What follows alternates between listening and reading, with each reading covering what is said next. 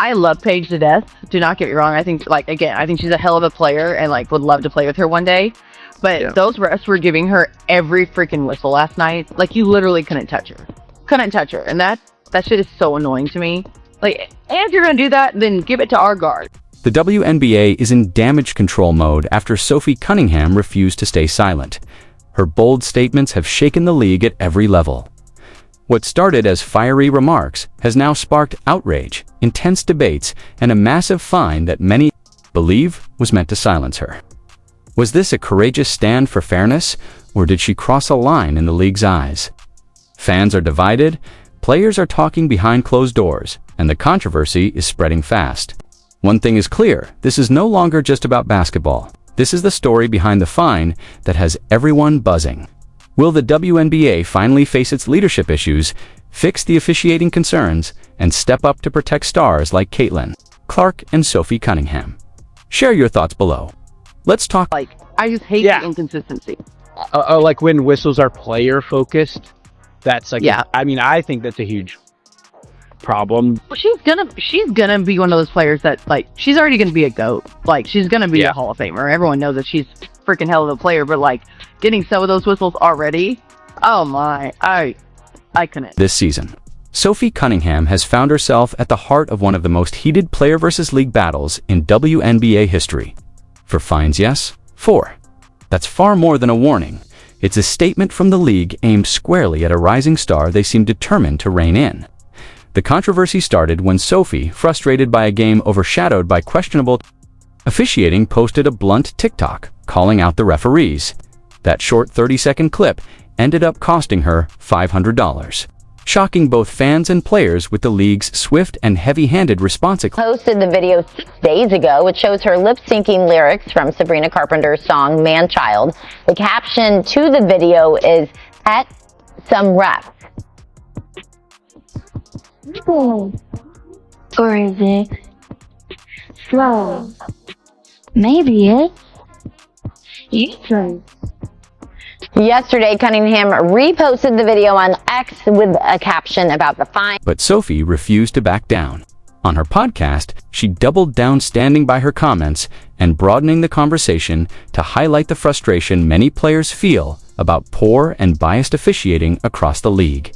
That fearless stance came with another penalty, a $1,500 fine. Her total now sits at $2,000, a number that makes it clear the WNBA wants her silent. Yet the punishment had the opposite effect. It ignited a firestorm and has the entire basketball world talking. 7-0 Indiana run. They're within 2 and a foul. This time, Peckers does get the call. I thought this might have been an offensive foul. Howard for the finish. Indiana's considering challenging this call, but they will not, as Peckers gets free. For the backlash was immediate. Social media lit up with hashtags backing Sophie as fans called out the glaring double standards in the league's response. Within hours, GoFundMe campaigns had already covered her fines, while petitions demanding accountability and transparency from referees gathered thousands of signatures almost overnight. The outrage was powerful and united. Why punish a player for voicing the truth everyone can see?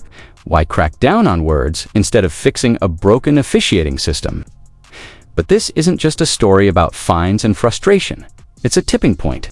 The tension between players and referees, the growing doubts about fairness, and the rising demand for transparency are all boiling over.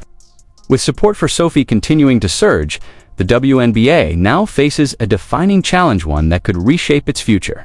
The fallout from Sophie's stand is still in its early chapters. The only question left is this: will her courage spark long overdue reform, or unleash a backlash the league won't be able to contain? You overturn it to an offensive foul. You could also maintain that it's a foul to take away the continuation. All of those things aren't happening here on this call. The interesting thing is, when you get to this point of the play, it is a foul on Bond. But it's because their arm was clamped earlier in the I mean, look at that. What should she do there? She literally can do nothing. I don't know how that's not overturned to an offensive foul. I agree with you. That looks about as clear as it gets. You saw how quickly Stephanie White challenged that. The contrast between how the WNBA and other major leagues handle criticism couldn't be clearer. In the NBA, outspoken voices like Draymond Green or legends like Charles Barkley built entire reputations on speaking their minds. Barkley, in particular, became a fan favorite by calling out flaws without a filter, and audiences embraced him for it. That kind of candor isn't just tolerated in the NBA, it's celebrated as part of the culture. As a view, you have no illegal conduct by Euro, so the call will finish at your power. This will be also. Indiana will lose their challenge as well as their timeout. One shot for Euro. Thank you. That's stunning. I mean, for Leah Boston, look at her. Lee puts her one hand down, and then she has her Boston down with her other arm. Like, I gotta say, Rebecca, I'm sure we'll get an explanation from Sue Brown at some point soon. Sophie's experience in the WNBA tells a very different story.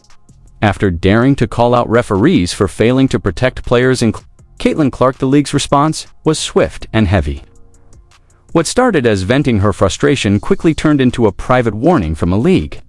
"Official, they're going to fine you again. That's not feedback, it's a threat. The message is unmistakable. Speak up, and you'll pay for it."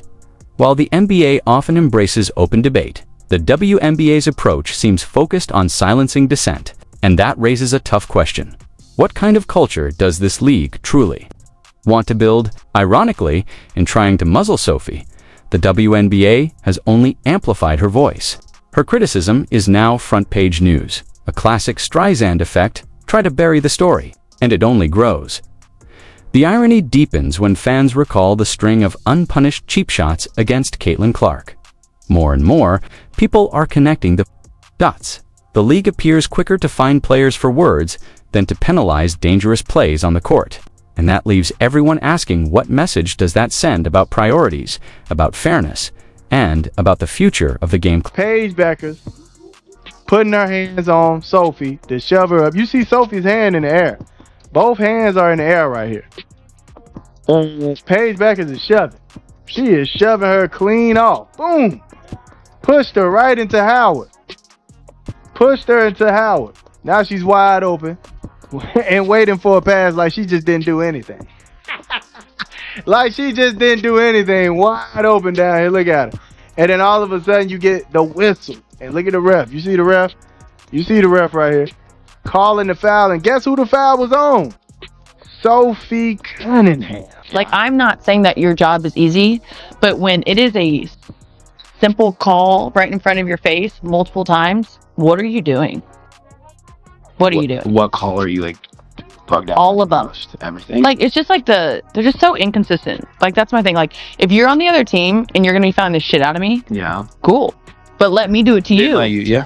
You know what I mean? Want Like, consistency then. yeah, like just give. And I think that's players across the league and like new fans across the country. Like, everyone's like, what is going on with the refs? And I'm like, I don't know. And you finding